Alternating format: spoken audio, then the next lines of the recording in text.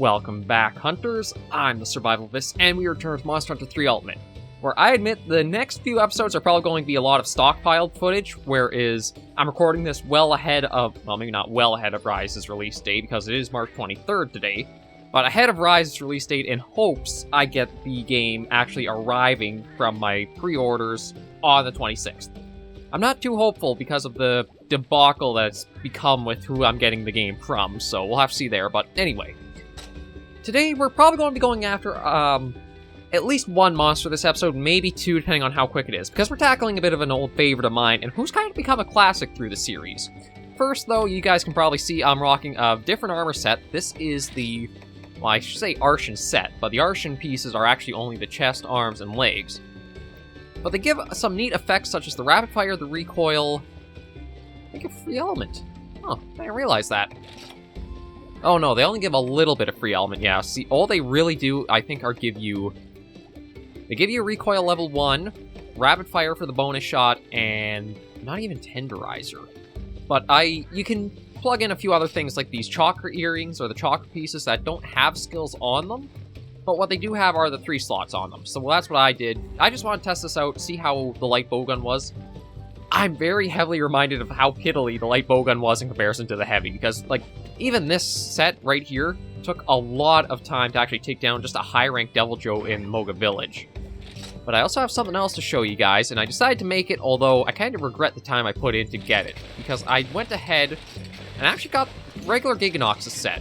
Now, I do love the look of it, because it does have that, like, Van Helsing Vampire Hunter-esque feel to it, but the stats are atrocious for it. Like, it gives you status attack +2.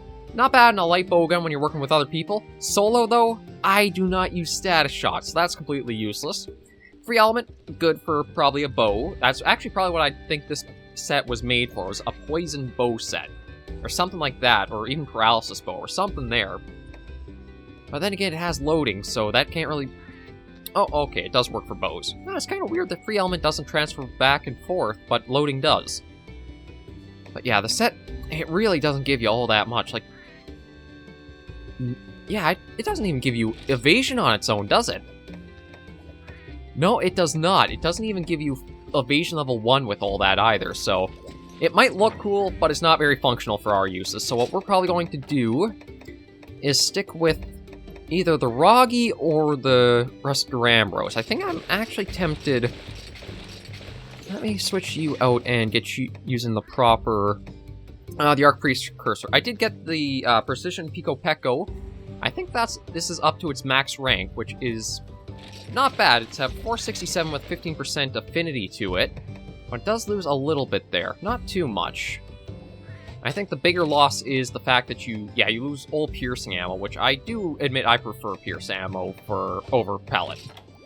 So everything else is actually looking alright, so I do just need to switch this out to here. And these are, what, 2 tenderizers? Yeah, okay, so I just gotta put the tenderizers on this, and then we're all set to go after our classic sort of... basically an all-star. He's coming back in Rise, which I'm very happy for, and that is Barroth. He's become a classic Brute Wyvern, and just like a classic nice early monster that teaches you to not be hit by charges. So we'll put that away, we'll just buy all of our ammo fresh. Yeah, I guess we'll keep that. And I do need to grab out some needleberries. I don't know how tanky Barroth is going to be, both in G rank and like just for like the shots input to him. Like in World and Iceborne, he kind of became much more of a pushover because of how easily you could remove the mud coating on him. Like all he had to do was fire a puddle pod, I think that's what they were called, and a bit of his mud armor was completely gone.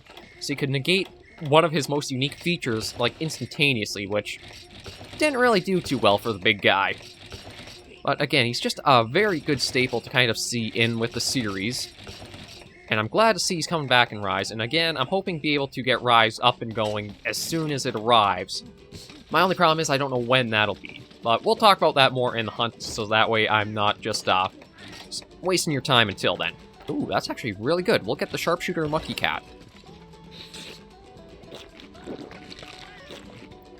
Or try for both. Will we actually get both?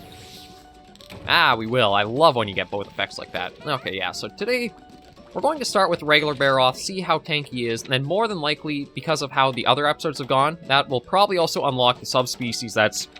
oh, excuse me. Of Jade Barroth, who will either be this episode or next. Again, as the hunts are getting a little longer, I want to not have the videos run on too long, because otherwise then it takes like hours to upload. Like, I think just your average monster hunter here that's like 20 minutes, 20 to 25 minutes is like around 4 hours or so. I know I really gotta work getting the internet connection, or the internet package a bit better, but that requires something that kind of can be seen as, I can invest in this and it might have returns. For now, we're at least trucking along as we are. And Barroth is probably just cooling down in his little mud wallow, so we'll head there first. I do have to say, I do like the loading, or the load up. I don't know, I think it only gives you like 1 extra shot in the chamber, but I mean, when you're going from 11 to 12, it still is nice to see so many shots into your clip right at the top there of the UI. But, okay, let's see, is he? Oh yeah, there's those little kind of like pipes of his.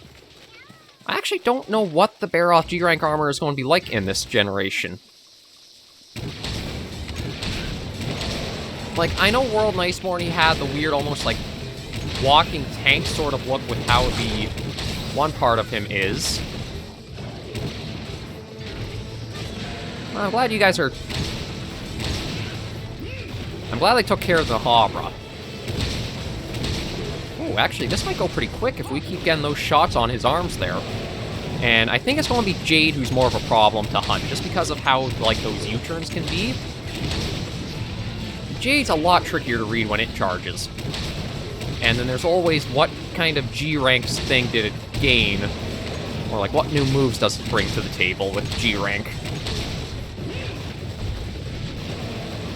Oh, right, that's when you gain your, like, little mud ball fling. I was wondering when he would get that again. I think it was Generations Ultimate that he last had that. I don't think World and Iceborne he had the ability to, like, fling up like that. But it does mean we have to be careful of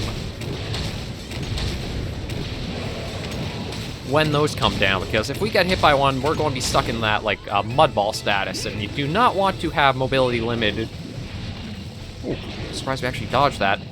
You don't want your mobility limited against somebody who's a very physical monster, or a physical attacking monster like Barroth. Ooh, Barroth is. Now, this is going really well.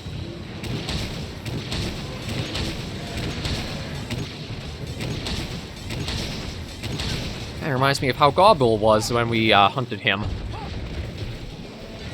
Because as long as you can hit the weak spot in some monsters, you can almost, like, lock them down with flinch effects. Gobbul was actually one where, that one night fishing quest where you have to take on 3 in succession, like every 4 shots of normal 2 to his lantern with this build, he was doing a flinch. And you could even, like, hit the lantern in the flinch animation, that would still work towards a next flinch. It's kind of ridiculous what you could have gotten away with using this solo. Oh, you know, let's see. Yeah, take care of that. And just fire some far shots in. Uh-oh, this is... Yeah, I thought that was going to backfire on me. I shouldn't have been too greedy with the reload when he flinched out of that. I'm actually going to heal because that took a lot of our health off. But that, again, teaches you the importance of don't let the charges hit you. Oh. And then on to the matter of, like, my Rise copy. As much as it's, like, a thing where you don't want, where people say, like, you shouldn't be, like, super big corporations or how Amazon or Walmart can be seen, one thing you have to hand it to them is they are fairly reliable when it comes to things.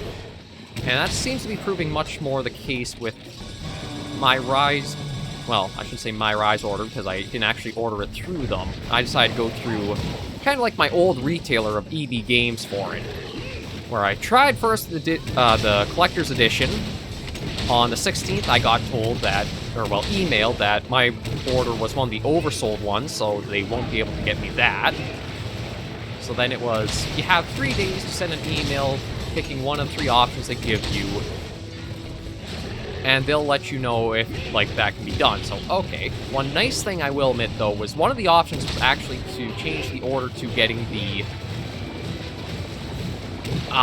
limited edition controller. Like the, well, it's $100 Canadian where I am. But you could get that, and it wasn't actually listed on the company's website for sale yet, so that was kind of a way to almost, like, guarantee stock in case something like that happened. It was one kind of smart decision on their part. I mean, it took me literally the 3 days before I heard back from them, which was like the period they provided me to choose an option, and then I had to file a separate order just to pick up the a regular copy of Rise. Whether these get sent out before Rise is going to release, I don't know, because it's already, again, the 23rd. I have not received an email saying that they've been shipped out yet. So I don't know if I'll actually even get them on the release date, or how long past that. It kind of goes to show that Amazon, it's at least seems to be more reliable than some of your other options, and if you are going to do physical like I did, for anything in the future, you may just want to stick to trying them out. It really feels like I should have just did that right from the start, but I guess this is a live and learn lesson. But I'm really surprised how smoothly Barroth is going. I know he's definitely not one of, like, the health tanks that we have in this level of quests. Barroth isn't exactly a... I mean, he's sturdy enough, but he doesn't have that high of an HP pool, especially if you know where to shoot on him. Those poor little arms of his are kind of like a T-Rex's. They're the weakest point of them. And he doesn't really actually use them for... Oh, you little bugger. You're not taking that.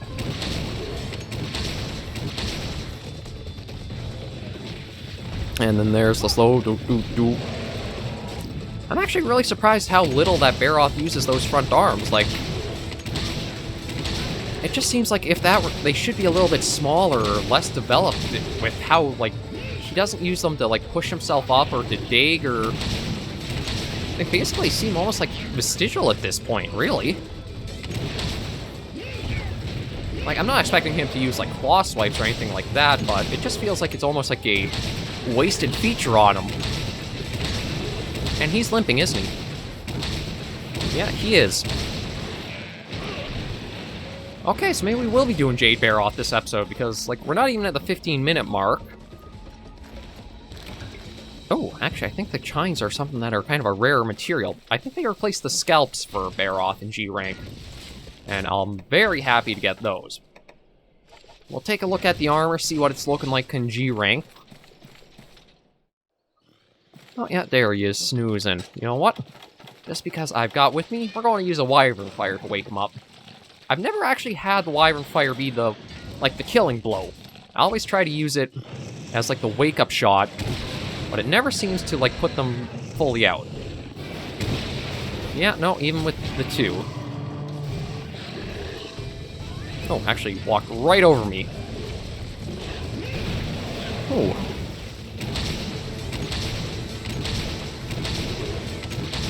But the Drambro set, I think I didn't give it enough credit because of... Like, the attack plus on its own isn't exactly that great to... Oh, crap. Okay, he's actually... Yeah, I'm really letting my guard down. That's what happens when you let your guard down. But the, like, the attack up small isn't anything, but the fact that you can get it up to, like, attack up... Wait a minute. Isn't Guts supposed to trigger? Or is this... No, maybe it has that hidden mechanic that's like in World and Iceborne, where you have to have your health above a certain threshold. It's kind of dumb in my opinion that you have to have that, but that's how it works. But the big plus on this is that you can try slotting in something else, like... I had the decoration be able to get the Tenderizer not too badly here because of the +5, and then just with the other things, I was able to slot up the full attack large. And Weakness Exploit doesn't work in this generation like it... Of course, right when I've left. Oh. Okay, so there's Devil Joe in the area. Interesting to know. Yeah, I think we've gone unseen. Oh. Why is it whenever... What is with my timing? As soon as I say something like that, we get seen. Okay, we'll try and see if this will actually be enough to take him down. Like, I'm probably going to get myself into... Oh, crap. Why did you suddenly wake up? Like, I don't think anything hit it. Ooh, that was... Yeah, you know what? Let's just work at peppering him with the normals, and that should hopefully take him down soon. Well, say what you will about the timing. It's both a curse and a blessing. But this will let us see what his armor's like, and I really don't know what his G rank is back in these days. Like, he's gotten that weird tank one in Iceborne. I know I mentioned that before. I apologize if I'm a bit of a broken record. But I feel like that was something that came... Maybe that was the Blade Master. I don't know what the gunner looked like. But we'll find out soon enough. We'll find out soon enough, and then we'll see... How are we doing for timing? See... Jade Barroth, I'm expecting to take a bit longer. And we are at the 15 or so minute mark, so it might not be a bad idea to take it easy and just do one monster per episode. But we'll at least show off some stuff like the armor and kind of get a look there. I'm not sure what his skills would be in G rank, because he's usually been a fairly okay, like, starting or early game monster for armor. He's not a bad one to get the armor set if you want to go after Lagiacrus with, I think. Yeah, Barroth is on the same tier as Raytheon, who has the Thunder weakness, but Barroth doesn't. Get that, get that, get that. Unfortunately, kind of stingy with the monster materials for the rewards. But we'll just see what has opened up. I'm guessing there's going to be a lot more quests, because it always seems like as soon as I do one of these, a bunch more seem... Well, maybe not over here. These all seem to be about the same. Oh, there's Jade Barroth. But yeah, there's another one, and there's that one. There's so many quests at this level of G rank. I'm hoping they definitely, like, slim down as we go further along, because this was just like an explosion of everything that was basically not a Apex monster in a way. Okay, Blacksmith, let's take a look at the armor. Okay, yeah, so this Barroth did have the tank tready kind of stuff, because I recognize the little bit of how that kind of like mantle goes around the shoulders, and also the little bit of a frills you can see on the arms there. And yeah, thought the gunner might look a little different there. The head, though, is probably where it's going to be... Yeah, that's identical to Iceborne. Well, maybe not that part. I don't know what... That's kind of a weird look, but... Yeah, it's definitely... If you've seen the Iceborne G-rank armor, you know what Barroth's full set would look like. And for here, attack, constitution, precision, free element. So many things give free element to G-rank. I'm really surprised at that. But yeah, I don't think we'll really be making anything there, and I don't think... Oh, we actually could make the... Rust Rambros light bowgun there. Not heavy bowgun. Oh yeah, because of... Oh, there is one little exploit that... You know what, I'll include what that little thing is, because it's how I got the Archon set this early. If you are playing 3 Ultimate, and I don't know if you can still get the event quests, but...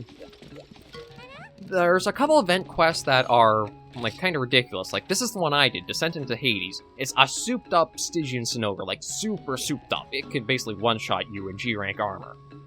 And basically all I did was use this for suicidal mining trips. I'd go mine all the places in the volcano, because this is G-rank volcano, got the Meldspar ore, got killed, and then just came back and did that a few times. And that Meldspar is what you need for... 1 or 2, I think just one part of the Archon set, but it's a way of getting it more reliably than hoping the Tundra will give you from one of its gathering spots. Yeah, that basically wraps up the episode here, because that was Barroth taken care of. Not too bad. I have a feeling Jade's going to be a bit bumpier of an experience. I should actually look at buying some cleanser. Okay, well, maybe actually making, because like... Oh, no, there's cleanser. Just because I have a feeling we may be getting snowballed quite a bit. And that's... Oh, right. I can get a few Wyvern Fires, even if they didn't exactly do too much for us. And let's just get out the needleberries I need. Oh, actually, I'm surprised that... Oh, wow, I'm actually very low on needleberries. And it seems like the stockpiling has finally reached kind of the end of the road for it. I'll have to go get some more, but... Yeah, we'll leave this episode of 3 Ultimate right here. Thank you guys very much for joining me on another episode of the series. Let's just start waving us off. If you did like the video, be sure to give it a like, and if you have any comments, tips, or tricks, be sure to leave everything in comments right down below. And if you do have armor requests that you would like to see, or certain weapons, let me know in the comments as well, because this might be stockpiled footage, but I always will let you know when and if I can squeeze that into a video to show things off. But for now, we'll end things here, and next episode will be Jade Barroth.